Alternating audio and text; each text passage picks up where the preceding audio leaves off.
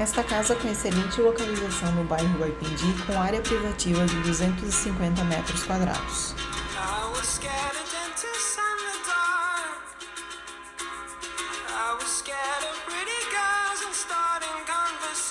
Ela tem um amplo mezanino, mais uma suíte e um quarto, e no andar inferior um living integrado.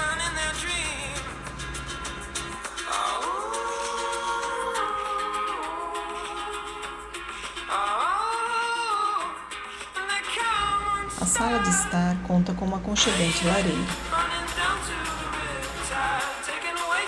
Já a cozinha conta com fogão a lenha e churrasqueira. E na parte externa da casa, uma edícula com 2 cômodos, lavabo, varanda com pergolado, jardim, quintal e 2 vagas de garagem.